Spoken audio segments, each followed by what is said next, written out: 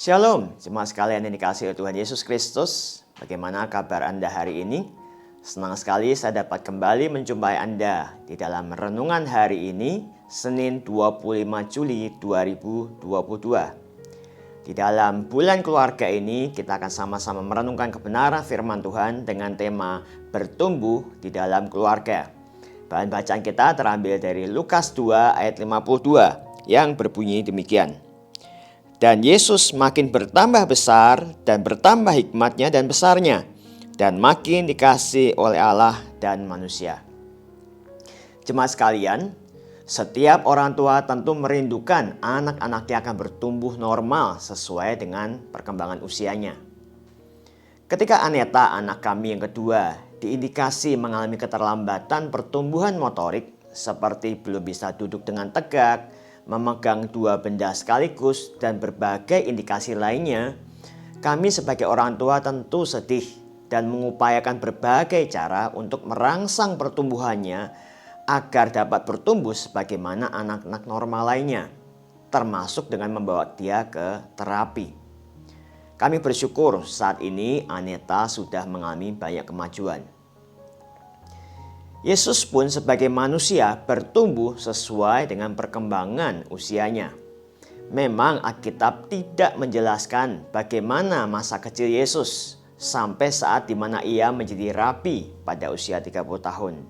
Kecuali di dalam 3 peristiwa berikut. Yang pertama adalah kelahirannya, 2 adalah ketika Yesus disunat pada usia ke-8 hari, dan yang ketiga adalah ketika Yesus bercakap-cakap dengan para guru agama di Bait Allah ketika berusia 12 tahun. Dan inilah perikop yang kita baca di dalam kitab Injil Lukas. Menarik sekali, Lukas mencatat ada 4 area pertumbuhan yang dialami oleh Yesus sebagai manusia. Di sini dikatakan, dan Yesus makin bertambah besar, berbicara mengenai pertumbuhan fisik. Dan bertambah hikmatnya, berbicara tentang pertumbuhan mental atau pikiran atau kebijaksanaan, dan besarnya. Dan makin dikasihi oleh Allah, berbicara tentang pertumbuhan spiritual, dan manusia, berbicara tentang pertumbuhan sosial. Alkitab versi King James juga menyatakan hal yang sama. Dikatakan, and Jesus increased in wisdom and stature and in favor with God and man. Dari sini kita bisa belajar bahwa yang namanya pertumbuhan di dalam kehidupan manusia seharusnya tidak terkonsentrasi kepada pertumbuhan fisik saja. Ada sisi-sisi yang lain seperti sisi hikmat yang perlu bertumbuh, juga spiritual dan juga sosial.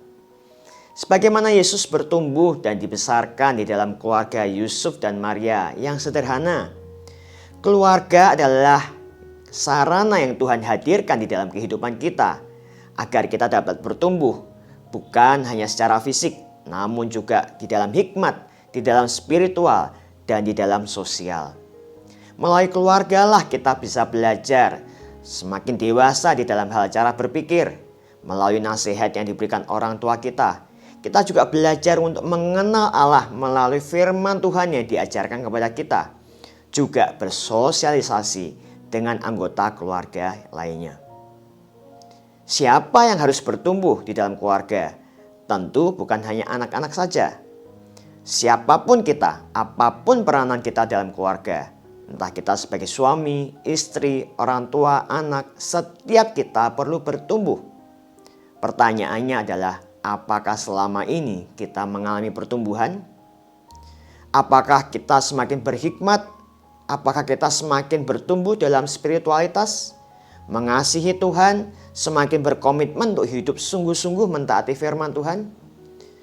Apakah kita juga bertumbuh di dalam faktor sosial kita? Bagaimana selama ini kita membangun komunikasi dengan anggota keluarga kita? Apakah kita bertumbuh?